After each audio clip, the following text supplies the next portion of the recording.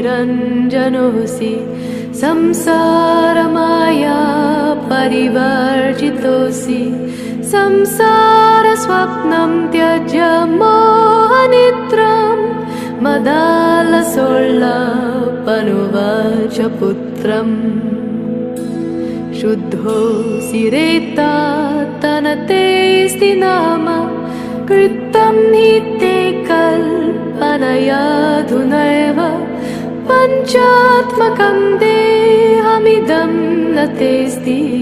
नैवास्य त्वं रोदिषि कस्य हेतुः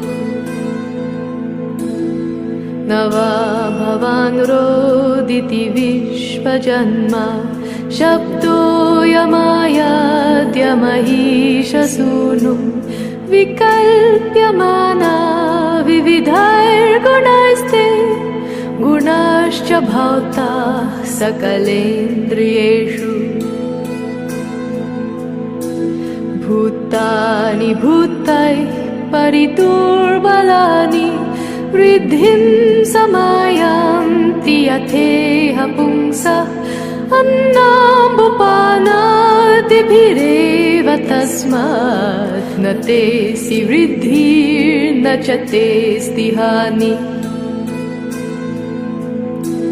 त्वं कञ्चुकेशीर्यमाणे निजोऽस्मिन् तस्मिन् देहे मूढतां मा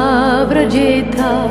शुभाशुभैः कर्मभिर्देहमेतन् मदादिभिः कञ्चुकस्तेऽपि नद्धा तातेति किञ्चित् तनयेति किञ्चित् अम्बेति किञ्चित् धैतेति किञ्चित् ममेति किञ्चित् न ममेति किञ्चित् त्वं भूतसङ्घं बहुमालपेता दुःखानि दुःखोपशमाय भोगान् सुखाय जानाति विमूढचेता तान्येव दुःखानि पुनः सुखानि जानाति विद्वान् विमूढचेता यानं क्षितौ तत्र गतश्च देहो देहेऽपि चान्यः पुरुषो निविष्टः मम त्वमूर्व्यां न यथा तथास्मिन् देहेति मात्रं बत मूढतर्षा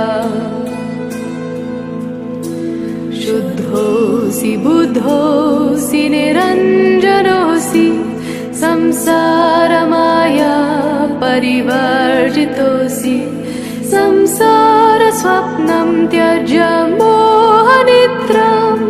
मदालसोल्लापनुवाच पुत्रम् मदालसोल्लापनुवाच पुत्रम् मदालसोल्लापनुवाच पुत्रम्।